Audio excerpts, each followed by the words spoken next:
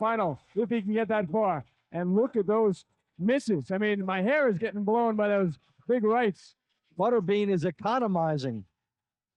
That is important for longevity in a tournament. But no one, oh, he knocked him down again. Another strange looking knockdown.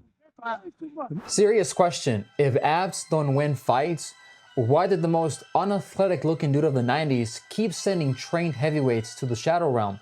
What did Butterbean know that they didn't? Welcome to Abner's Counterpunch. Everyone said he was unstoppable despite being fat. Wrong. He was unstoppable because he weaponized it with mass, tempo, traps, and psychology. That body wasn't a disadvantage. It was the game plan. Eric Butterbean Esch, tough man circuit, early 90s, 5-time champ, turns pro in 94, and somehow on TV by Fight 2, promoter Bob Arum coins King of the 4-rounders. And the strategy is simple: short fights, big chaos, guaranteed dopamine. He racks up 77 wins and 58 KOs, crosses into K1, MMA, pro wrestling, even sleeps Bart Gunn at WrestleMania. The man becomes a walking event. Power in fighting is like a scary math problem. Mass times acceleration with a mean streak. Most heavyweights chase speed. Butterbean chased density. He didn't need to be fast if every ounce behind his hand arrived together. Getting hit felt like a compact car with bad brakes and worse intentions. Just look at his stance. Wide, planted, hips loaded. Not pretty, but brutally efficient for short arcs, like those overhand rights or short hooks. Small travel, but big consequence. Tough Man trained him in fast starts. 4 rounds suits a sprinter's mentality. At 350 to 400 pounds, he could anchor, eat a shot, and sling back heavier. Matchmaking loved willing traders. Perfect storm. Short clock, high mass, compact arcs. The best bean shots weren't always windmills. They were tight bursts across the chin line. Big man, short line, long nap. If mass was a superpower, why didn't every other big guy do this? Because most big guys gas early and punch lazy. And Butterbean threw like the floor owed him money. Many people say he had no footwork. I disagree. He had economy. Butterbean is economizing. That is important. He wasn't chasing greyhounds. He built a corral, quarter steps, cutoffs, make the ring feel smaller than it is, and then slow the tempo and then hit go the second you panic. And with just 4 rounds, that means urgency. If you're dancing for 2 of them, then you're losing to the clock. Butterbean made time his sparring partner. Arum kept him in fistfights, not track meets. That's not an excuse, that's design. He thrived in exchanges, not pursuits. When he left that habitat, Holmes, 10 rounds, the game changed. Holmes jabbed, moved, managed distance, and graded him across time. Still, Bean's durability showed. He even buzzed Holmes late. He knew his lane, corral, explode, cash out. So if he relied on exchanges, why did they exchange with him? And the short answer is ego. People underestimating him. And with that look, he baited people into trying to prove that they were real fighters, and that's when you get cracked. He looked like a joke until he uncorked the punchline. You see that belly and you think, easy night.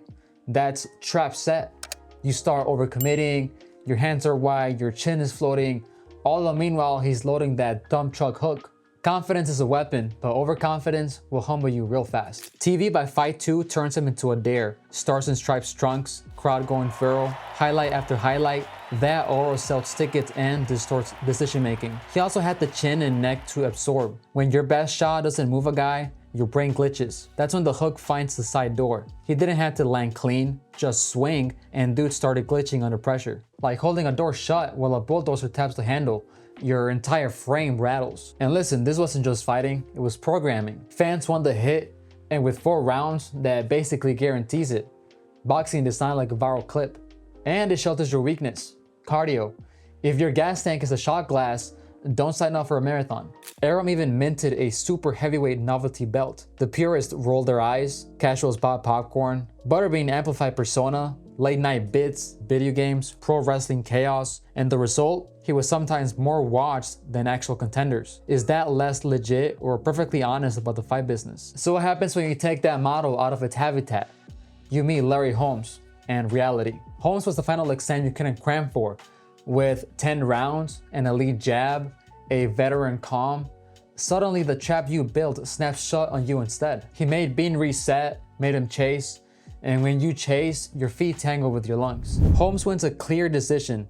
Bean still shows iron, busts him late, but the blueprint is stamped. Length plus jab plus gas over time beats a short bust mass. That loss didn't ruin the myth, it explained it. Bean's superpower is environment specific. In 4-round chaos versus traders, he's a storm. In 10 rounds versus a professor, the chalkboard wins. And let's be real for a sec. Whenever I spar guys way heavier than me, your whole mindset changes.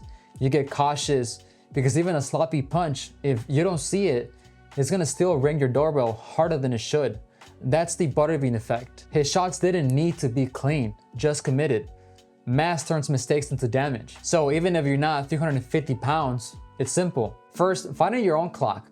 Don't let someone else's pace drag you down into deep water. Shrink the ring, force your kind of fight, and stop auditioning for cardio you don't have. Then build a power identity. You don't need a whole playbook, you just need a few weapons that you can trust the most. Butterbean had two, those overhands and those hooks. That was his whole thesis. And finally, weaponize perception. If they think you're slow or harmless, let them, that's free real estate. And when they get relaxed and they make a mistake, that's when they land into your punch. Power is narrative. When your opponent believes that you can end it in one, they're going to fight you differently. And that belief adds weight to your shots. So the truth is that Butterbean wasn't unstoppable despite being fat. He was unstoppable because he learned to aim that mass and live in your head. He's a reminder that the sport rewards impact more than aesthetics. And since we're already in knockout territory, this story bends straight into Tommy Morrison. There's a wild thread that Tyson might have swerved that smoke, and the receipts are wild. Click here for that video, and while you're at it, hit subscribe so you don't miss the next chaos we break down. See ya.